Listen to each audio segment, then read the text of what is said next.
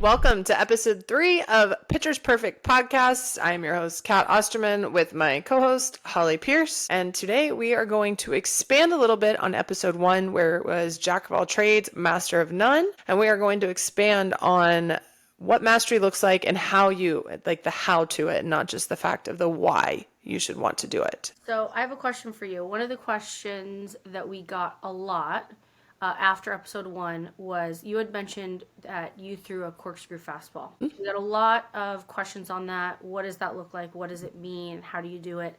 Can you touch a little bit for all those folks out there that had questions about it, about what is a corkscrew fastball and kind of the details on it? Yeah, so I thought I had a softball. I have a half a softball here, so we'll do this.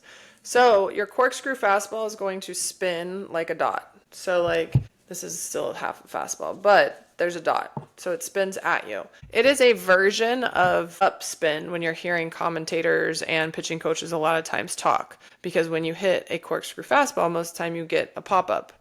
It is not downspin. So why did I learn that? That's just the way my pitching coach taught. He taught everyone how to throw a corkscrew fastball first. Now, majority of his athletes also threw rise balls early in their career. And I think that's a product of the fact that we learned corkscrew fastballs. So you learned that motion of what is needed to get under a ball, but you just did it. Yeah, sorry to interrupt because you're doing that with your hand, and I think that that's a Yes. good example. It's almost kind of like turning a doorknob, right? It is. So think of it this way. When I'm throwing a corkscrew fastball, my hand is coming in facing the catcher. So my palm is facing the catcher, and I'm turning the doorknob of a door like the door is right in front of me. So when I'm in my open position, the door is perpendicular to me. I'm opening that doorknob. Now, when I go to throw a rise ball, the door is now facing me in the open position. So it's not perpendicular, it's parallel to my body, basically. And that motion of what I do with the corkscrew fastball is now done with that door that's running parallel. I think there was one question on how to make it effective. It's effective as a fastball. Downspin or corkscrew fastball, both of them are effective if you know how to spot them and you know how to locate them up and down in the zone. I felt like the corkscrew fastball probably gave me an advantage prior to throwing a rise ball when I threw a high fastball. So because it was spinning up and now it was high, it allowed the hitters, it stayed up a little better than a downspin fastball that you are throwing high. The trajectory is different on those two pitches. But it is still a fastball.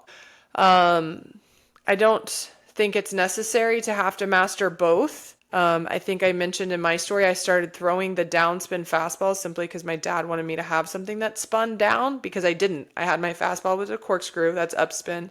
I had a rise ball, upspin, curveball, upspin. So nothing spun down. So we tried to learn it, ended up learning what we thought was a downspin fastball, turned into my drop ball. But when you are at the level of it being a fastball, it is effective because of where you locate it. Because both a downspin fastball and a corkscrew fastball are going to come in relatively straight. Obviously, if you leave either one up in the zone, they get hammered. So I don't think the spin differentiates a fastball like as far as effectiveness goes. Now, I think most people who learn a downspin fastball probably learn a drop ball better. Those who have a corkscrew fastball, they learn upspin better. It's just a kind of natural. But I think you should probably keep, if you're throwing and you learned a downspin fastball and it works, keep it. If you've learned a corkscrew fastball and you can locate it, keep it. Now, I'm not saying don't try to learn a downspin pitch because you throw a corkscrew fastball. Absolutely learn a drop ball at some point. But again, make sure you have master of other things first. But I think it's just a preference. And really, like I said, it's just what the pitching coach I went to taught. It's what I teach most kids because it's what I learned. I think, to be honest, I have found it very difficult for my downspin pitcher, my pitchers who throw downspin fastballs, to then throw a peel drop. For whatever reason, they can't find the difference in when you're pushing behind it versus pulling out from under it. Because they're so used to just downspin fastball pushing behind it, they can't get that extra spin for it to tumble. So then you're learning a turnover drop, which isn't bad by any means. Both drops work. I just feel like a peel drop is sharper. And personally, I was able to control it on both sides of the plate better than I was a turnover. So that's a whole nother, drop ball could be a whole nother podcast. But I think do what's natural, but treat it as what it is. It's a fastball. So regardless of whether it's spinning up or spinning down, obviously the outcomes are going to be different. Rise balls, fly balls versus ground balls sometimes. But if you can locate it, it's still a very effective pitch. So yeah, that's the corkscrew in a nutshell. All right, I think you answered that. Hopefully, if you guys have any more questions, put them in the comments. We'll try and answer Yeah. them. So, and questions in general in any of these podcasts, if you guys have questions, keep putting them in the comments. Message us. Our email is up on our Instagram as well, at Picture Perfect Podcast on Instagram. So keep throwing us your questions. So hopefully we can get those answered for you guys. So into the topic of the day, how to be a master. What does that look like? Yeah. We already kind of talked about what it looks like, but how do you do it? How do you execute it? So Kat, how do you execute it? Well, I think the first thing is whatever pitch you are looking to master, you have to understand what the true spin of that pitch is. When we measure so many things on Rapsodo, Flight Scope, Yakkertech, whatever it is you have, spin efficiency and true spin are more of the determining factor than your spin rate.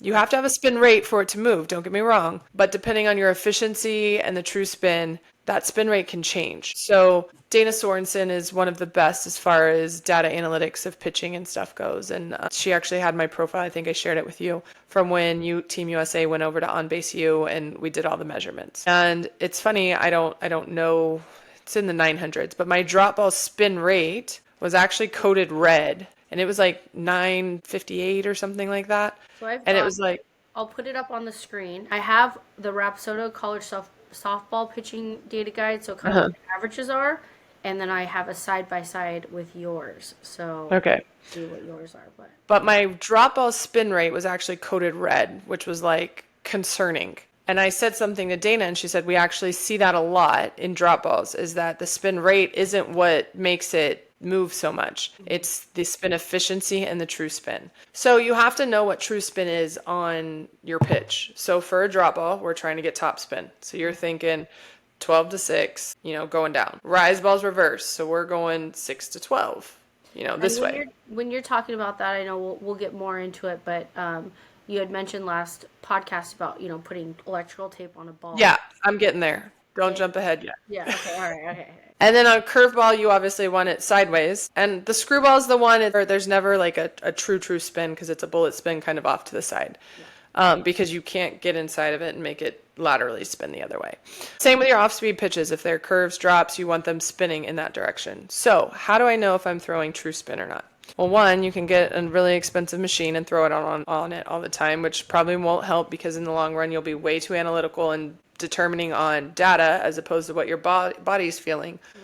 The number one way is go get electrical tape. It's about this wide. It's black. I promise you can pitch with it on your ball. I did it my whole life. This is not a ball with tape. I couldn't find my taped ball, of course, the one time I needed it. But it goes across the four seams. Not down the middle with the horseshoes, but like a perfect line across the four seams. And that's for all pitches. You're going to put all pitches.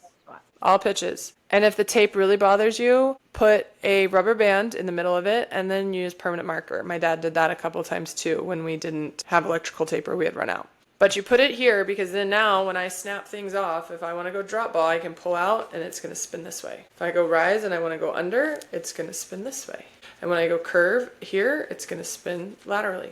And the more you can get this line to be straight, and straight almost so much that you don't see any flutter, the better you're going to be. I like to call it wobble. Yes, wobbling. No, wobbling is what we called it too. I couldn't think of the word. You don't want a wobbly line. And if, let's say I'm throwing a rise ball and it's like this, well, it's going to cut one way or another. And if I'm throwing my drop ball and all of a sudden I feel like my hand's like not coming behind and it's going this way, it's going to cut. And the plus side of that is after you've mastered it to go straight down, you can play with finger pressure and make it kind of drop curve or drop screw or a cutting rise ball. It doesn't have to be a whole nother pitch with a new name. It's just you understanding how to utilize your pitches. Yeah. But I will say lining your pitching balls at all times is the best thing you can do for yourself because that line gives you consistent and honest feedback all the time.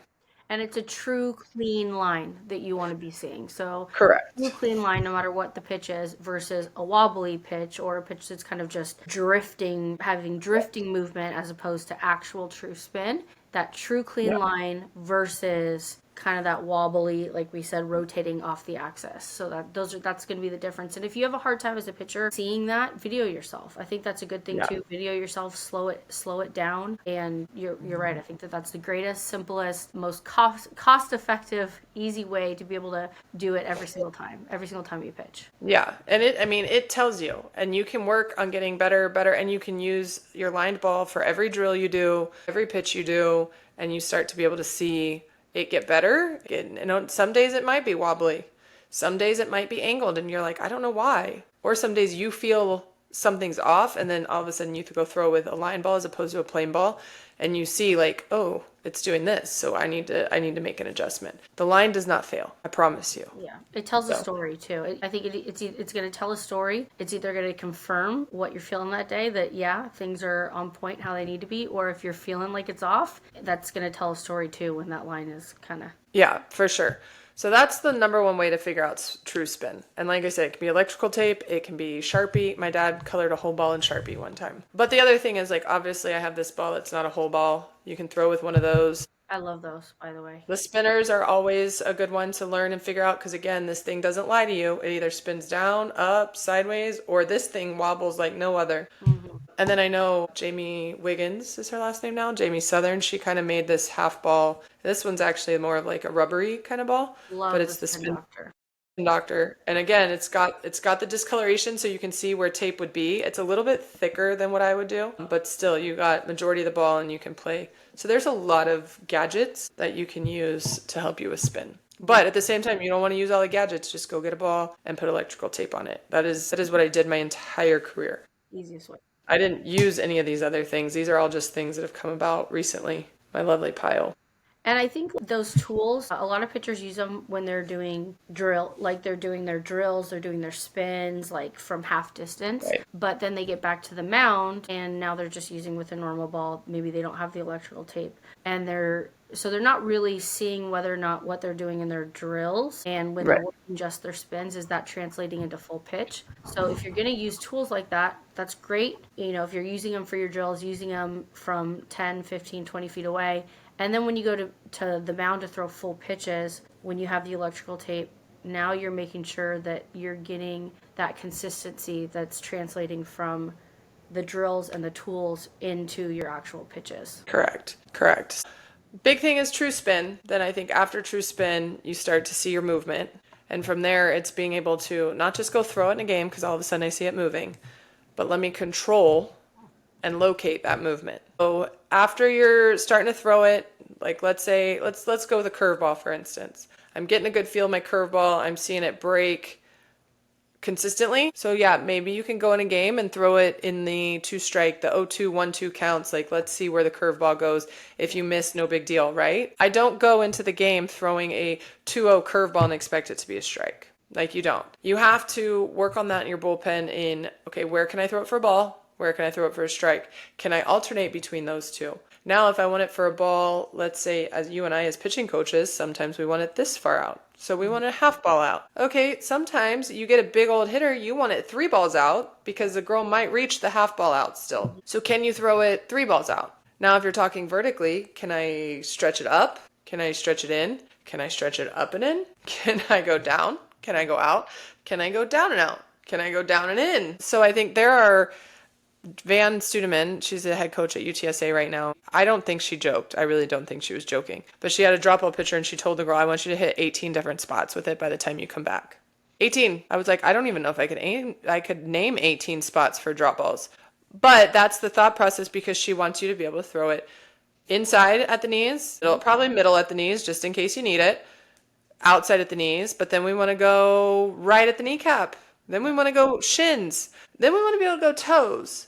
Oh, but we might have to go half a ball above the knee in case we get a tight umpire, right? But I also, and this was my specialty, and my catcher and I were always on the same page, and I'm blessed that I had an amazing catcher. That's a whole nother topic. She knew when I was going to short hop the drop. If we were going to have an overly aggressive hitter and I was going to short hop the drop, she knew when it was coming, and I knew how to control it to where it short hopped and stayed as something she could block. And I think that's where when we talk about controlling and locating your pitches, it's not just I throw it somewhere inside. Like, you need to be able to throw it on a dime. Yep. And I know you will get into it when we talk about bullpens. You have your range pitching rings. The smaller you can think your target is, the better. If you're thinking your target is this massive area, take a circle this big and tell me how much of the strike zone that covers, right? That's the big thing when we talk about locating and controlling your movement is being able to say, okay, hypothetically, let's just pretend I just threw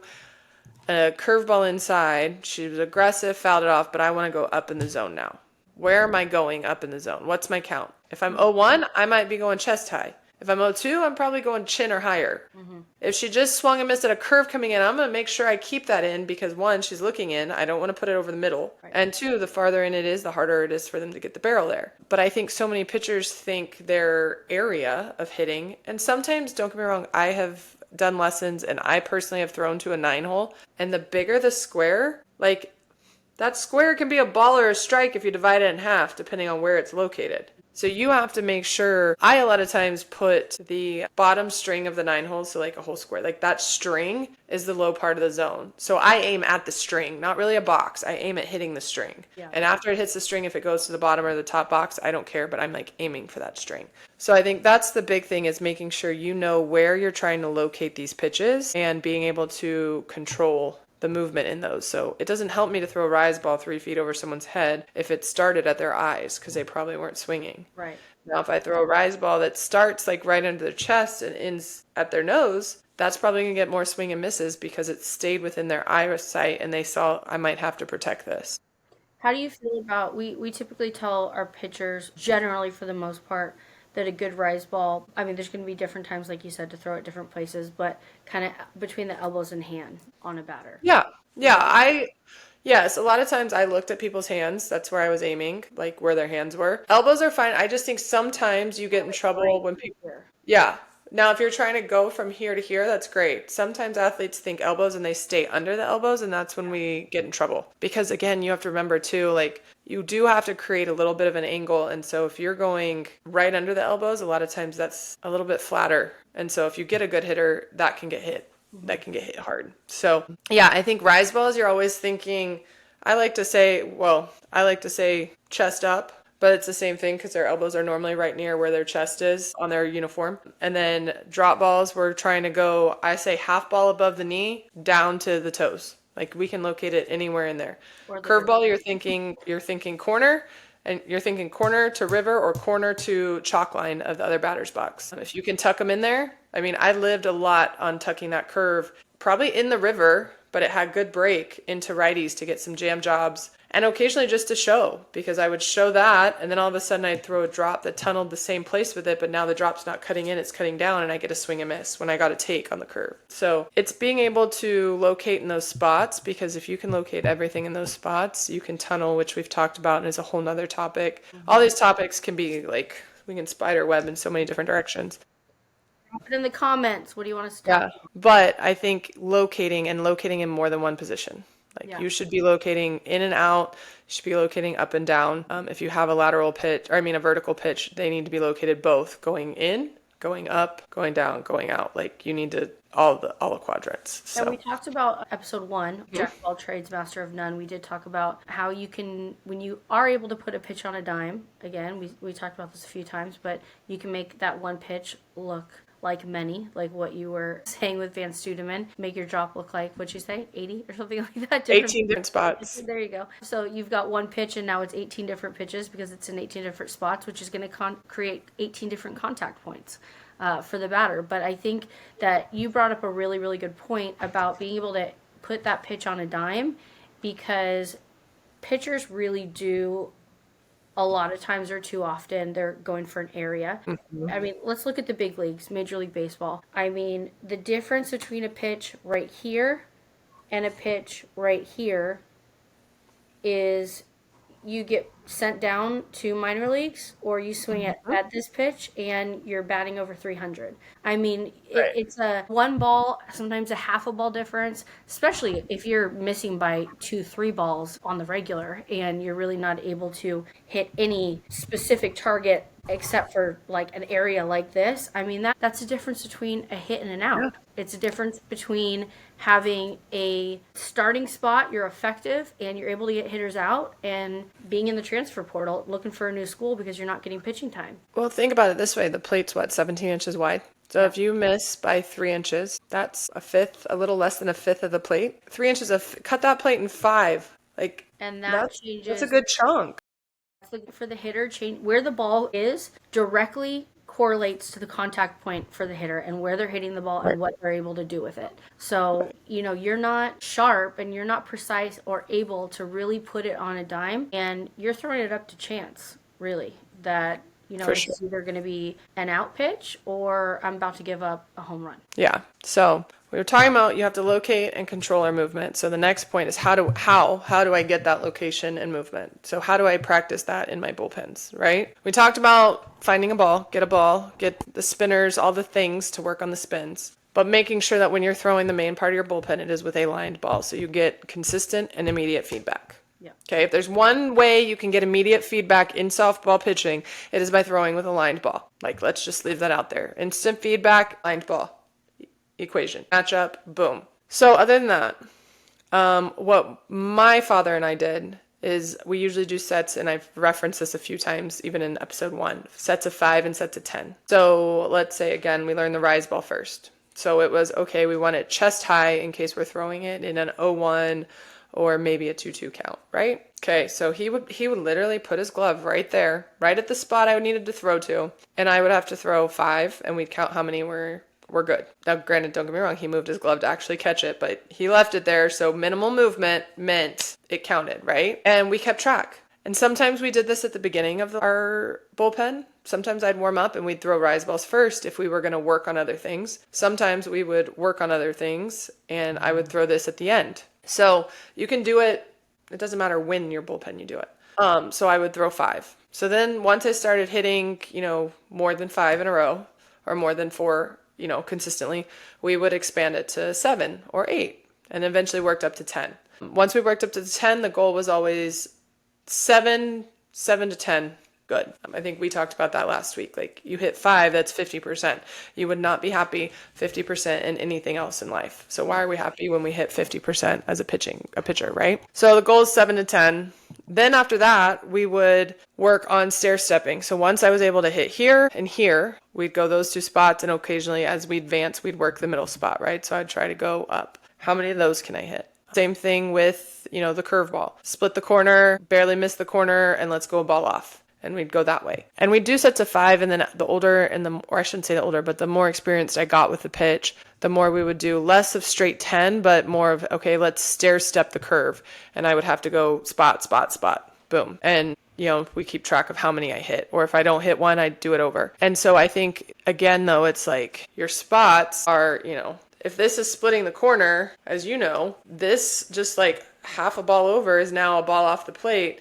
And where my microphone is now is 2 balls off the plate. So again, the 9-hole, 2 of those could be in the same square. So if you're like not precise, you think you're hitting the same spot when you're not. Yeah.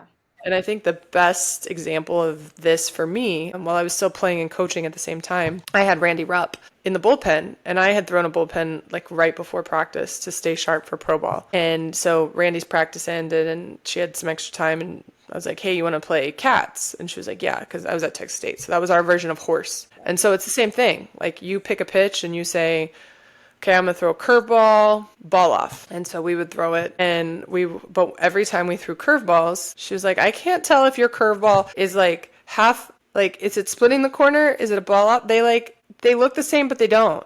And I was like, well, that's the whole point, is you want the hitter to think, I don't know if this is going to end on the plate or off the plate. Some of that's movement, but some of that's where you start it and how you can locate it. And, our catcher, we threw to the same catcher, so the catcher's like, no, I can tell you when it's a ball off and when it's not. But you want it to look that way as it's breaking, that they look so similar, but yet you're able to locate them inch by inch over.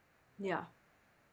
And so I think I always like the sets of 5 or 10, just because that is a determined measurable number that helps you. But there are other things we've done as far as, just give them counts. Like, don't even let them throw multiples. I'll just say, okay, throw a 2-1 curve. What is that supposed to look like? all right, now we're going to throw an 0-2 rise. What does that look like? And make them be specific about their spots in what we do. I think a really big part of this is game functionality. So as opposed to throwing bullpens, I think a lot of pitchers go out there and when they get their workouts in, they just go through their pitches. They have the same routine where they're throwing their same order of pitches. They throw them and however many of each. And really what you're talking about is game functionality, your ability to hit certain spots in certain counts. It starts in the bullpen, and being able to know, first of all, where does a 2-1 pitch need to go, or an 0-2 pitch, or whatever the count is, and then being able to execute that in a game situation is game functionality. Functionality, the definition of functionality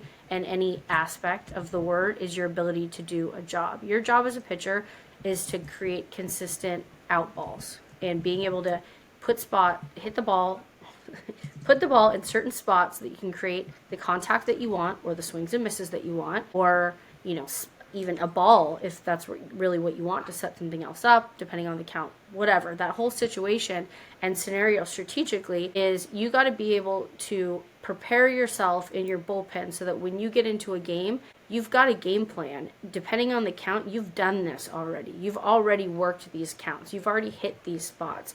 And I think that really is, to your point in this bullpens that you're talking about, is they're very purposeful. And having purposeful bullpens and bullpens where now when you get into a situation and it's 3-2 and your coach calls a changeup, it's like, I've thrown 3-2 changeups with bases loaded in the bullpen 1,000 times. I can do this. I've done this. I've thrown a 1-2 curve to a number 4 hitter in the bullpen 1,000 times. But making these scenarios very specific and situational, and knowing really where you're trying to put the ball in certain counts and situations into certain batters, is what's going to prepare you to be functional in the game. Game functionality. Like, you can look great in the bullpen, but if it's not translating into the field, you're not functional. There's no game functionality there. So making sure, like I said, that these bullpens are really preparing you for game situations and putting the ball in the spots that you need to be putting them in, big time situations with runners on against certain hitters and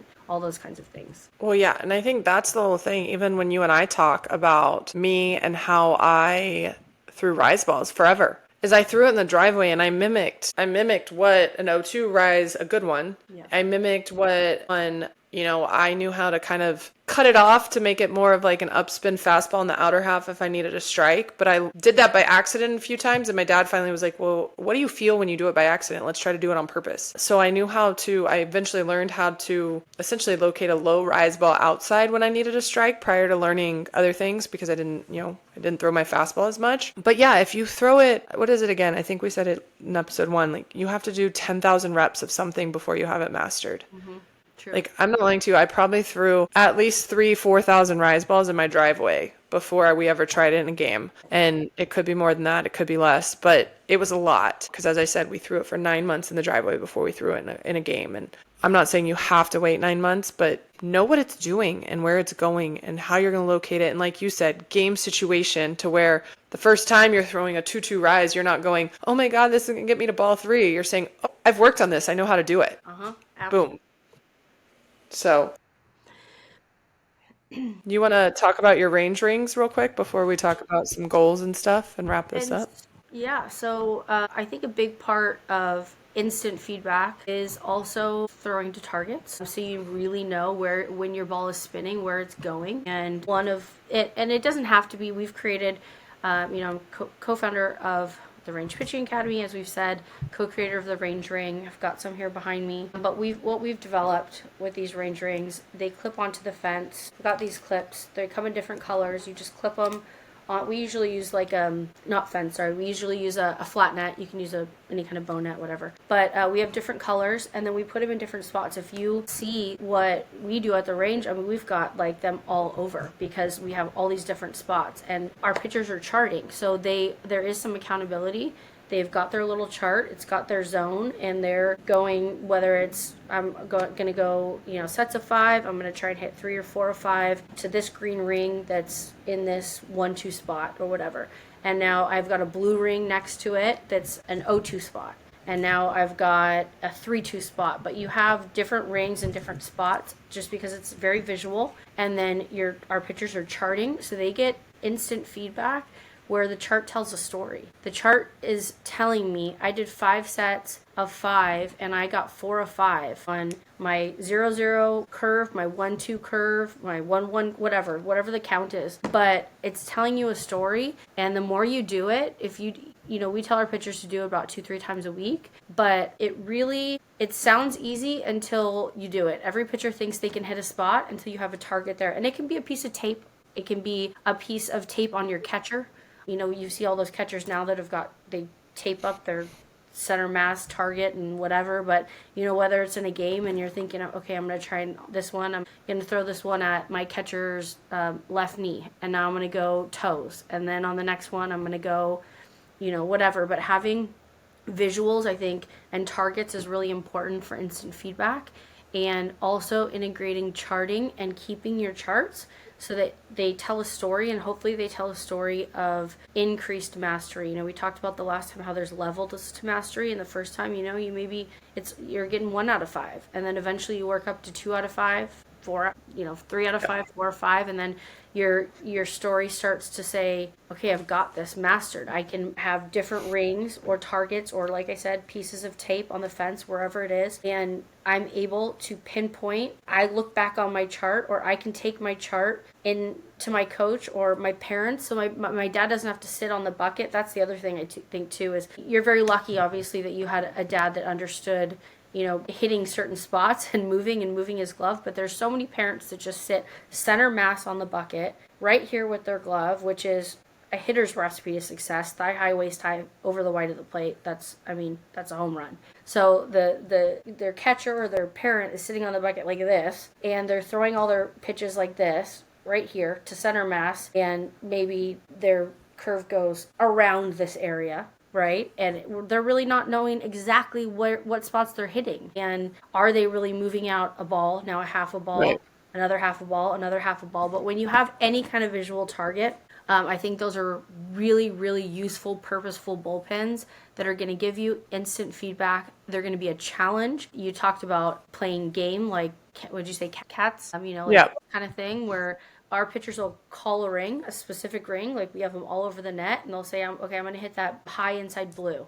And then if they hit it, then the other, like that whole horse concept, but it's a challenge, and it's hard at first when you've never done it, but it definitely is instant feedback, like I said, and I think it's very eye-opening for a lot of pitchers when you first start hitting targets, that you're probably not as fine-tuned as you think you are until all of a sudden you've got to do it. Because if you can't do it in the bullpen to a piece of tape or a ring or a 9-hole or whatever it is, you're not going to be consistent at it in a game when it really matters. And like we said, missing a half a ball or a ball in the wrong direction is the difference between an out and a home run. So really having bullpens that you're hitting specific spots, hitting targets. Again, these range rings, they're available at therangegear.com, but it doesn't even have to be this. I'm not just plugging the rings. I'm just saying targets in general, I think, are fantastic. Oh, I agree. I think the more tangible targets you can have, but I think the biggest piece you hit on that I liked is the charting. Yeah. Is the more feedback you can give a pitcher with numbers and percentages and a goal on what is good, great, elite, however you want to do it, it's amazing. This doesn't go to practice, but a short, real quick story, because we need to wrap up. I'll go into length on this in another episode, but I had a pitcher at Nationals last year not executing at the rate I needed her to execute.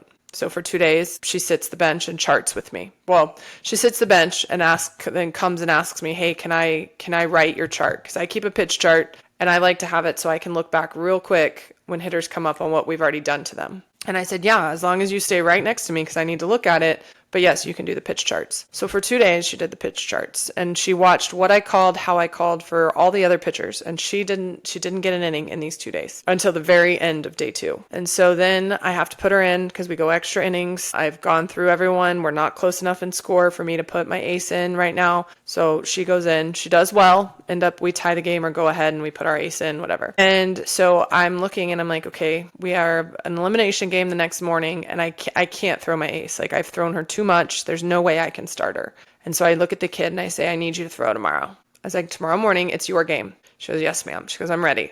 I was like, okay. So we go throw. She scatters 4 hits. I think we win 4-0. And I asked her, I'm like, what's the difference? She's like, I spent the last 4 days watching what you called, but every time you called it, I pictured myself throwing it. She sat there charting to see what other pitchers were doing well. So she also noticed, like Cambry hit her curveballs really well. Bryn hit all of her changeups, especially in the inner corner well. Like I saw what they did well. But as I got used to charting, I started picturing, okay, it's 1-2 and she's calling this pitch, and I would visualize that pitch throwing. So when I got out there, she had just literally in her mind thrown 3-4 games worth of pitching because she was charting and visualizing it. So I think charting and having your pitchers help you chart can be extremely beneficial because one, they're having to watch someone throw and be precise on a spot. And 2, they're starting to get to know where you want things, how you want things. Like it's a whole nother level that they get mentally. And I think that's huge. So I think the last piece we talked about goals, and we've talked about all sorts of numbers. I think obviously when you start out, you're aiming for probably 3 to 5. I would say the 6 to 10 range is what you're trying to get for before you start moving on and demanding too much more. But I think anywhere from 6 to 10 is kind of the range that you're looking for when you're going in numbered sets, or even percentages, because you are going to miss some. Nobody's going to be 10 for 10 all the time, but you want to be able to say, oh, yes, I hit 6 out of 10. And then a month, 2 months later, now I'm hitting 7 out of 10 on consistency. And I think that's huge. And obviously the older you get, that number should increase. So I think, obviously 18U, we should be going 7, 8, 9 out of 10. I hate to say 8 out of 10, even though that was always my goal, because it's not always easy. I mean, you miss 3 pitches and out of 10 and you're like, oh, I didn't hit my goal. Well, that's still pretty good chances you got hitters out hitting 7 out of 10 pitches. So I think it's always good to have a higher goal and understand what's acceptable. Yeah. I mean, realistic expectations. It's like you want the best for yourself. Obviously, you want to continue to push yourself, but don't get so wrapped up in, if you don't hit that goal that you feel like your entire workout was a failure or anything by any means. I think I've got a lot of pitchers there's so many pitchers that are quote unquote perfectionists, they'll tell you. And so I think it's sometimes hard when they're charting and they're not. It should just inspire you to continue to work rather than feel like I'm a failure because I didn't hit my goals today. You're never a failure when you're continuing to work at it. I think just make sure you have numbers and that's something to strive for, and everybody has bad days. So there's going to be days you're not going to hit it, and that's okay. It's how do you get 1% better the next day? Again, another topic that we can spiderweb on, but keep your goals in mind and keep working towards them. But I think the biggest thing is don't get complacent on, oh, I just hit a spot. Make sure you're having good spin, good movement, and hitting the spot. All right. So to wrap this up now, hopefully if you guys have any more questions, drop them in the comments. We're going to play a really quick game. It's going to be like 2-3 minutes. You don't have to go into an explanation on them. It's just going to be something fun. And it is called Plead the Fifth. Okay, so these are the rules of the game. You have 3 strikes, basically. Okay? So I'm going to give you 3 questions, and you can only plead the fifth on one of them. All right? So you get 3 questions, 3 strikes. There's 1 question you don't have to answer. But if you plead the fifth on one, it means you have to answer the other 2. Okay? All right. And you don't have to go into explanation. All right. So here's going to be the first one. All right. Which former teammate would you never want to pitch to again in a real game because they are that dangerous? Charlotte Morgan. She almost killed me. Okay. You don't have to go into it, but all right. Okay. Number 2. What's one softball rule that you secretly think is stupid, but you've never said publicly? Well, honestly, I think when they try to bunt with 2 strikes and it goes down as a strikeout for the pitcher, I think that's stupid, but I also don't know what else you would call it. So that's a good one. Okay. All right. Number 3, last one. So I guess technically you can plead the fifth on this, but you get you win the game if you can answer this one. Have you ever pitched while you were secretly injured but didn't tell anyone? And this one, if you did, I would like a few details. But is there ever a time where actually you were secretly injured and nobody to this day actually really knows? No, I don't think so. I was kind of a hypochondriac about when I had aches and pains to make sure they didn't get worse. So I don't think I ever secretly pitched without anyone knowing. I know my college coach and my training staff knew my shoulder was inflamed at one point, but it hurt more throwing overhand than it did underhand. So I still pitched in the game, and we just said, if I fielded a bunt, I just didn't throw it, and thankfully I didn't But field then a the bunt. other teams didn't know, right? I The mean, other team didn't know, no. yeah. So thankfully they didn't bunt because I didn't have to either A, try to force a throw or pitch underhand all the way to first or something. But no, I'm very body conscious. So as far as injuries go. And so I was always making sure anything that was aches, pains or whatever I was going. I think I pitched with like an ingrown toenail once before and it hurt, but that's not really an injury. But So, push through. There you go. I mean, it hurt because, you push pressure on your foot all the time, but I wouldn't count that. Okay. Well, you won the game, so congratulations. Thanks. You answered all three. So I'll try and make it a little more challenging next time. Got to get some juicy details out of you. Well, you want to wrap this one up? Episode 3 is officially done. Yeah. Thank you guys for joining us. Episode 3. Like, rate, comment, subscribe, send your questions, send this to your friends, continue to follow us. Any and all pitching topics are open for us to cover. Obviously, we're going to do this as we go. We're going to bring on some guests here soon. So keep tuning in and hopefully you guys keep learning. We will keep shelling out all the information you want, but appreciate you guys listening. Have a great week and we will see you next time. Bye, guys.